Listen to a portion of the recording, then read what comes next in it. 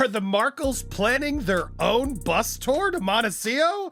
Oh, the irony. Next up, the Duchess of Sussex, Meghan Markle. We can exclusively reveal a new partnership Markle is in. Saying it's all to do with the Beckhams, but could it also be because Netflix? Nobody saw this coming. Not the neighbors, not Hollywood, and definitely not Netflix. Meghan Markle is looking for a way out of Montecito. Yes, out. The same woman who walked away from the British royal family claiming she couldn't breathe, the same woman who planted roots in California like this was her promised land. The same woman who poured millions into a mansion and sold the world a story about freedom, peace, and reinvention is now quietly searching for an exit. And when someone who escaped the palace starts looking for the nearest door again, you know something has gone very, very wrong. Here's something nobody saw coming. Meghan Markle is looking for a way out of Montecito. That line alone tells you everything. This isn't just about moving houses. This is about a dream collapsing in real time. Montecito wasn't supposed to be temporary. It was sold as the final chapter, the place where Meghan would finally win. California royalty, Santa Barbara. Successes never succeed.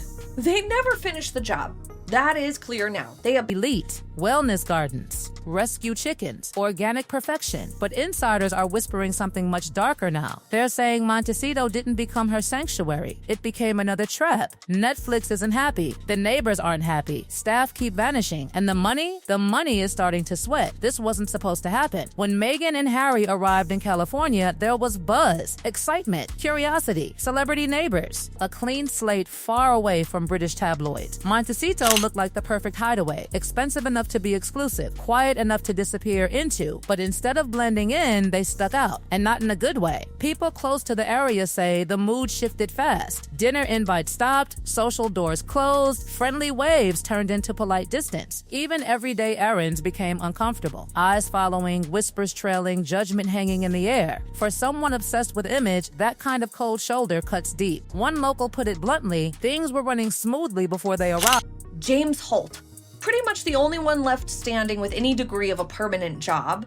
The only one, and plenty of people wouldn't mind if they left. And here's the thing Montecito residents don't play with: peace. People spend millions there for quiet, privacy, predictability, not security convoys, not helicopters, not police cars showing up when trespassers wander too close, not news vans circling like vultures. Every disruption became another strike. Traffic complaints, unmarked cars, that constant feeling that something chaotic was attached to the Sussex address. And slowly the message became clear: you don't belong here. What makes this sting even more is that Meghan desperately wanted acceptance. These are the people she aspired to stand beside. Wealthy, influential, untouchable. The exact circle she thought she'd finally cracked. She reached out, charity calls, club memberships, quiet attempts to integrate. Nothing landed. The rejection wasn't loud. It was worse. It was silent. Meanwhile, other celebrities in Montecito, they managed just fine. Oprah, Ellen, movie stars, tech giants. No chaos, no drama, no headlines. Which leads to the uncomfortable question residents keep asking: why can they live quietly but Harry and Meghan can't? The irony is brutal. For years, Meghan carefully crafted this California identity: wellness guru, organic lifestyle, humble elite, but locals saw through it. They didn't buy the performance. To them, it looked like someone trying too hard to belong. And then there's Netflix. This is where things go from awkward to dangerous. Netflix didn't invest pocket change. They dropped over $100 million.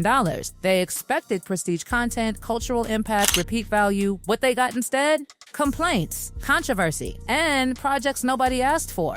The documentary stirred noise, sure, but noise isn't loyalty. Viewers didn't come back. Critics rolled their eyes. And insiders say executives quickly realized the gap between what was promised and what was delivered was embarrassing. Big ideas, minimal output, and in Hollywood, that's unforgivable. Other projects teased, never happened. Cooking show, mocked. Polo documentary, confusing. Endless announcements, zero follow-through. Streaming executives don't have patience, they have spreadsheets. And those spreadsheets are not kind. Behind closed doors, the relationship shifted from excitement to regret. Worse, other studios are watching. Word travels fast. One burn partner is all it takes for doors to quietly lock everywhere else. Insiders say competing networks want nothing to do with them after seeing how Netflix played out. Reputation is currency in Hollywood, and theirs is depreciating fast. But the collapse doesn't stop there, because inside their own organization, the walls are falling. 11 people gone. That's not turnover, that's flight. These weren't random hires. These were professionals who bet their careers on Harry and Meghan's vision. They relocated, they committed, they believed, and then they walked. Former staff described chaos, shifting priorities, no clear direction, feeling invisible, feeling disposable. The most shocking exit? A key executive featured prominently in their own documentary. Someone who moved his entire family to California to build this empire. When someone that invested leaves, it screams. And when PR leadership barely lasts 7 months, that's a warning siren. An organization without stability can't function, can't maintain partnerships, can't execute projects, can't protect its image. An image is all they have left. Then comes the money. The Montecito mansion alone cost around $14 million.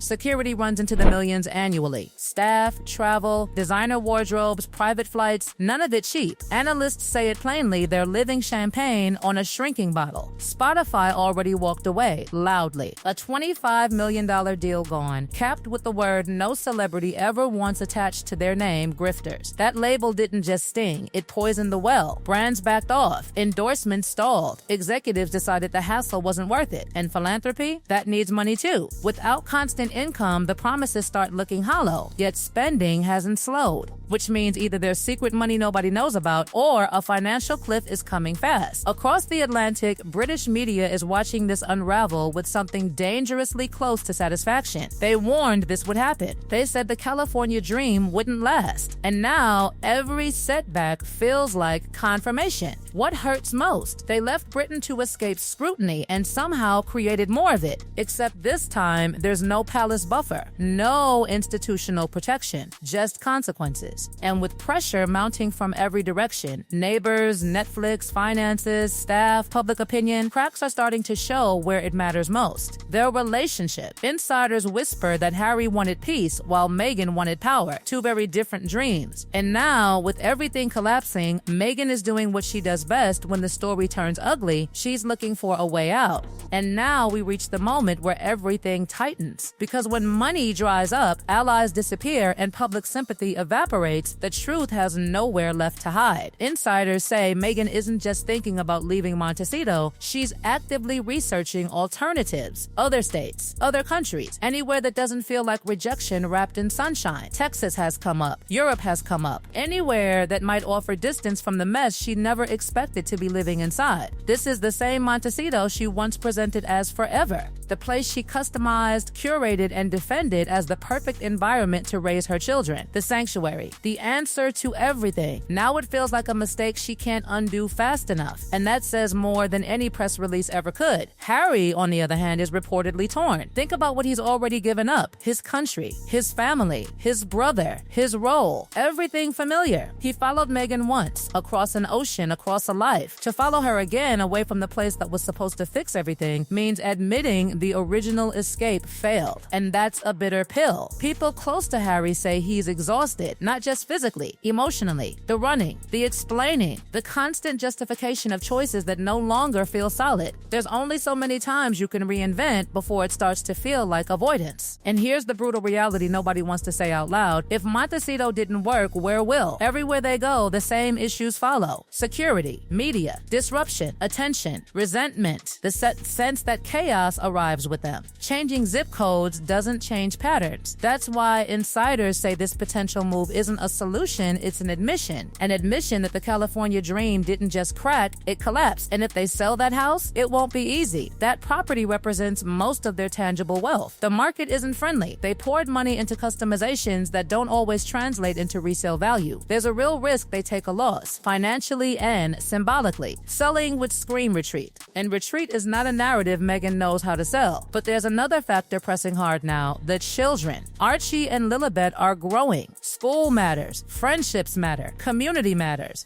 And whispers suggest even the elite private school circles haven't exactly rolled out the welcome mat. Play dates are complicated. Parents hesitate. Attention follows. Whether it's reality or perception, the result is the same. Meghan feels her children can't thrive there. And once that thought takes hold, nothing else matters. And still, the bigger question looms, if they leave, does it finally end, or does it confirm what critics have said all along? That this wasn't about freedom, it was about control. Across the Atlantic, there's no rescue waiting. British insiders said there's zero appetite for reconciliation right now. King Charles is dealing with his own battles. Prince William has closed ranks. The feeling is simple: they chose this, and now they live with it. The British press, once accused of cruelty, now barely has to speculate. The evidence is walking itself into headlines: staff departures, strained partnerships, financial pressure, social isolation. And there's something darker happening beneath the surface, something even more damaging than bad press: disillusionment. Supporters are tired, defenders are quiet. The noise has shifted from debate to dismissal. When people stop arguing for you, it means they've stopped caring. Hollywood has noticed too. Executives don't see rebels anymore, they see risk.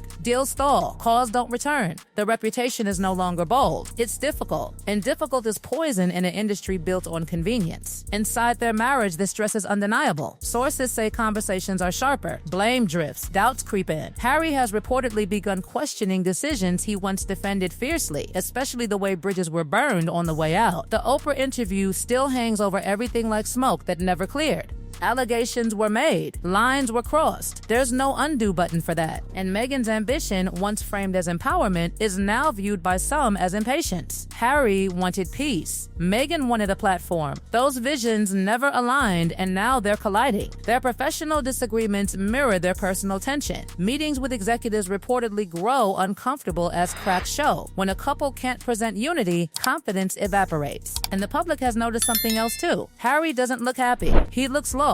Gone is the easy grin, the relaxed confidence, replaced by someone who appears weighed down, uncertain, quietly mourning a life he can't return to. Friends say he misses his family deeply, especially his brother. The distance from his father weighs heavier now as health concerns dominate headlines. And all of it traces back to one choice. California was supposed to be the answer. Instead, it became the proof. So now Meghan scans for exits, not because she failed, she would never frame it that way, but because this place failed her. That's the story she's preparing. But the world is watching more closely now. If they leave Montecito, it won't look like reinvention. It will look like confirmation. Confirmation that privilege isn't enough, that fame doesn't guarantee success, that burning bridges doesn't always lead somewhere better. And the most painful truth of all, they had everything: access, attention, sympathy, opportunity, and somehow, decision by decision, it slipped through their fingers. So the question isn't just whether Meghan will flee Montecito. The real question is there anywhere left to run that won't eventually feel exactly the same? Because this story, the one that began as a fairy tale, exploded into rebellion, and spiraled into chaos, has reached a point where escape isn't freedom anymore. It's confession. And no matter where they go next, the fallout is already packed.